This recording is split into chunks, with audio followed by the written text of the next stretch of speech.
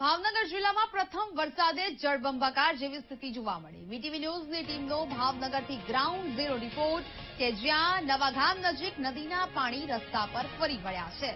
ભારે વરસાદને કારણે નદીના પાણી ખેતરોમાં ભરાઈ ચૂક્યા છે। ગામને જોડતા રસ્તાઓ પર પાણી ફરી વળતા અનેક રસ્તાઓ છે તે બંધ થઈ ચૂક્યા છે, જેને કારણે હવે લોકોને પારાવાર મુશ્કેલીનો સામનો કરવાનો વખત આવ્યો છે। તો જે પ્રકારે અહીંયા જોઈ શકાય છે કે ઢીચણસમા પાણી છે તે અહીંયા ભરાયેલા જોવા મળી રહ્યા છે। વીટીવી ન્યૂઝે ટીમે ગ્રાઉન્ડ ઝીરો રિપોર્ટ છે તે રજૂ કર્યો છે। ગ્રાઉન્ડ પર જઈને આ જે વરસાદી વાતાવરણ છે તે પડે પડની અપડેટ તમારા સુધી પહોંચાડવાનો અમે પ્રયત્ન કરી રહ્યા છે। પ્રથમ વરસાદે જ આ પ્રકારની સ્થિતિ જળબંબાકાર છે તે જોવા મળી રહ્યું છે।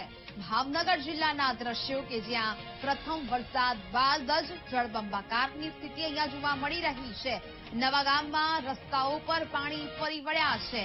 પાણીનો ધસમસતો જે પ્રવાહ અનેક જગ્યાએ જોવા મળી રહ્યો છે।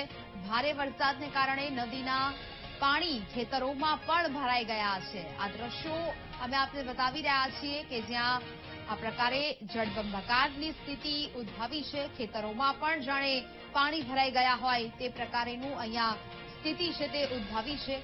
ગામને જે જોડતા રસ્તાઓ છે ત્યાં પાણી ફરી વળતા રસ્તાઓ બંધ થયા છે। ગામને જોડતો જે રસ્તો છે તે પણ બંધ થયો છે, જેને કારણે એક ગામથી બીજા ગામ જવા માટે પણ તકલીફ છે તે પડી રહી છે। લોકો હવે આ રસ્તાઓ ખુલે તેની રાહ જોઈ રહ્યા છે, કારણ કે ભારે વરસાદને કારણે અનેક રોડ રસ્તાઓ છે તે બંધ થઈ ચૂક્યા છે। ધસમસતો પ્રવાહ છે ત્યાંથી વહી રહ્યો છે અને લોકો માટે ખૂબ જ જોખમી છે ત્યાંથી પસાર થવું, અને તેને જ કારણે લોકો અટવાયા છે।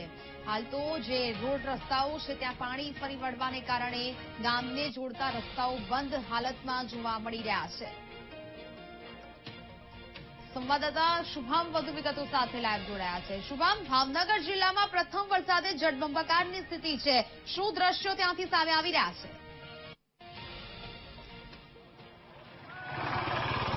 ચોક્કસ જે રીતની વાત કરવામાં આવે નેહા, તો ભાવનગર જિલ્લામાં ગત બપોર બાદથી છે તે અનેક વિસ્તારોની અંદર 10 થી 12 જેટલો વરસાદ છે તે પડ્યો હતો, જેને કારણે શેત્રુંજી નદી છે, શેત્રુંજી નદીમાં પાણીની આવક છે તે મોટા પ્રમાણમાં થઈ હતી। હાલ આ દ્રશ્યો તમને બતાવી રહ્યા છીએ, ગારિયાધાર નજીકના આ દ્રશ્યો છે।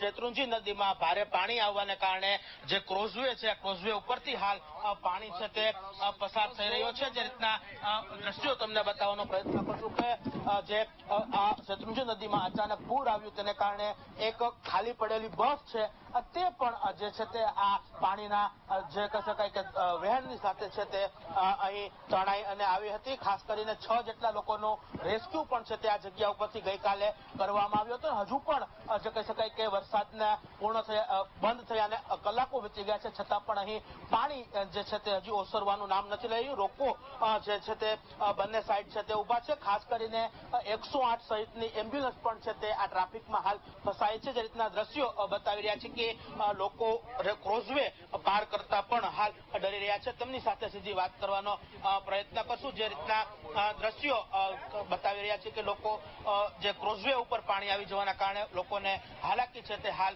ભોગવવી પડી રહી છે। વાહનોના પણ થપ્પે થપ્પા છે તે અહીં લાગી ગયા હોય તે પ્રકારના દ્રશ્યો છે તે હાલ જોવા મળી રહ્યા છે। લોકોને એક તરફથી બીજી તરફ જવા માટેના રસ્તા છે તે છેલ્લા ઘણા સમયથી છે તે બંધ છે। તેમની સાથે જ વાતો કરશું।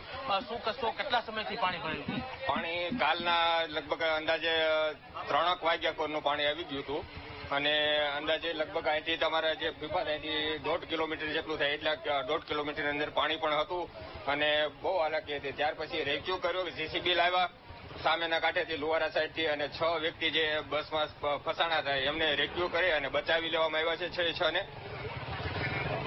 દર વખતે આવી સ્થિતિ હોય છે કે દર વર્ષે દર ચોમાસામાં આ સ્થિતિ રહે છે। દર વર્ષે આવી રીતે પાણી આવતા રહે છે અને દર વર્ષે આવી રીતે, અને આ પુલ બને ત્યાં સુધી જો સરકાર જાણે અને જાગે અને પુલ દર લે એવી અમારે બધા નમ્ર વિનંતી। શું કહેશો, કેટલા ટાઈમથી જે કહી શકાય કે રસ્તાઓ જે રીતના દ્રશ્યો બતાવવાનો ફરીથી એક વખત પ્રયત્ન કરશું કે જે રીતના નદીના શેત્રુંજી નદીના પાણી છે તે રસ્તા ઉપર છે તે વહેવા લાગ્યા હતા, અને હાલ પણ હજુ પણ ગઈકાલ બપોરના 3 વાગ્યાથી જે 10 ઇંચ જેટલો વરસાદ છે તે આ વિસ્તારમાં પડ્યો હતો.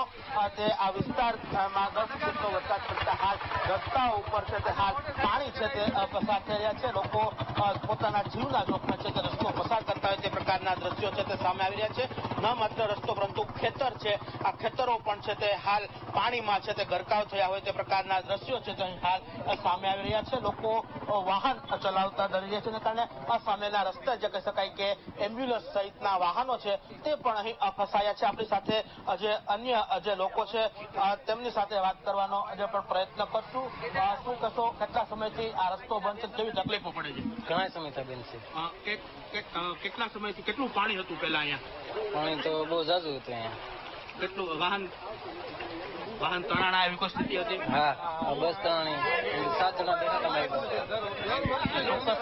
અન્ય જે છે તેમની સાથે દર વર્ષે માણસો હેરાન બહુ થાય છે. આનું કોઈ ઈલાજ જ નથી કરતા. એનું કાંઈક કરવું જોઈએ ને, તમારે સરકારને ઉસ્સો લેતો માણસો હેરાન ન થાય. આ બસ ફસાણે એમાં 7 જણા હતા. આની જવાબદારી કોણ લે? આજે સાહેબ ને ઘણી ગાડીઓ આવી છે, પણ શું કરે માણસો? આનો કાંઈક ઈલાજ કરો તમે.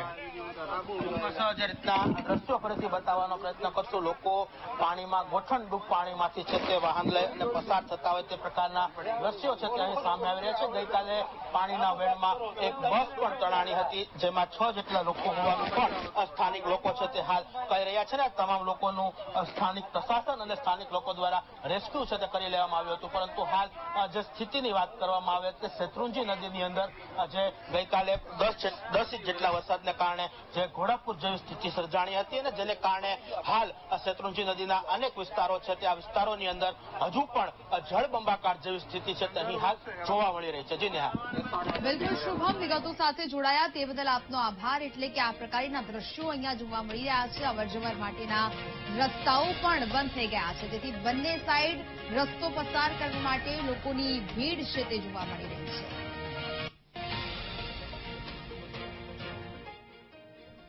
તો ભાવનગર જિલ્લામાં અનરાધાર વરસાદથી નદી નાળા છલકાયા છે, જ્યાં ધોધમાર વરસાદને પગલે મહુવાનો મેથડા બંધારો ઓવરફ્લો થયો છે. ઉપરવાસમાં ભારે વરસાદ થતા બગડ નદીમાં પૂર આવ્યું છે, જ્યાં હવે બગડ નદીમાં નવા નીરની આવક થતા મેથડા બંધારો ઓવરફ્લો થયો. તળાજાના મેથડા, તલ્લી, ભાભોર સહિતના 12 ગામડાને ફાયદો થશે.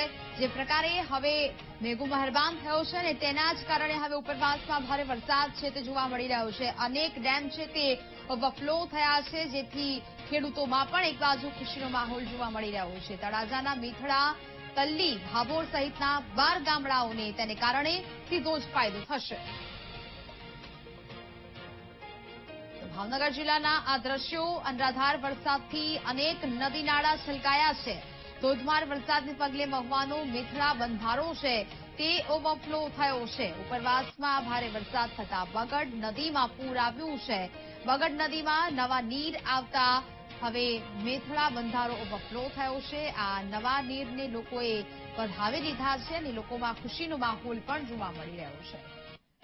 સંવાદદાતા ભૌમિક ફોન લાઈન પર જોડાયા છે. ભૌમિક, ભાવનગર જિલ્લામાં અનરાધાર વરસાદથી નદી નાળા છલકાયા છે, શું સ્થિતિ? એ ચોક્કસથી આ જણાવી દઉં કે ભાવનગર શહેર અને જિલ્લામાં અવિરત વરસાદ વરસી રહ્યો હતો. હાલ જો કે ભાવનગર જિલ્લાના અમુક તાલુકામાં ક્યાંક ક્યાંક છૂટો છવાયો વરસાદ છે તે નોંધાયો છે અને ક્યાંક મેઘરાજાએ વિરામ લીધું છે. ત્યારે વાત કરીએ ખાસ કરીને મહુવા તાલુકાનો જે મેથડા બંધારો છે તે ગત રાત્રિના તે ઓવરફ્લો થયો હતો. બગડ નદી જે આવેલી છે મહુવાની, તે બગડ નદીમાં ઘોડાપુર આવતા જે છે તે મેથડા બંધારો છે તે ઓવરફ્લો થયો હતો. જે મેથડા બંધારાની વાત કરીએ તો આ મેથડા બંધારો 2018માં જે તળાજા તાલુકા અને મહુવા તાલુકાના અંદાજિત 13 જેટલા ગામો છે તે જેટલા ગામોના ખેડૂતોએ આ જાત મહેનતથી આ મેથડા બંધારો બંધાવ્યો હતો અને એકાએક આ જે મેથડા બંધારો છે તે ઓવરફ્લો થતા ખેડૂતોમાં પણ ખુશીની લાગણી જોવા મળી છે. અને સાથે વાત કરીએ તો આજુબાજુના જે 13 થી વધુ ગામો છે તેના જમીનમાં જે છે પાણીના તળ પણ ઊંચા આવશે અને કુવા પણ રિચાર્જ થશે. તેને લઈને ખેડૂતોમાં પણ એક ખુશીનો માહોલ છે તે જોવા મળી રહ્યો છે. જી બિલકુલ ભૌમિક, જાણકારી બદલ આપનો આભાર.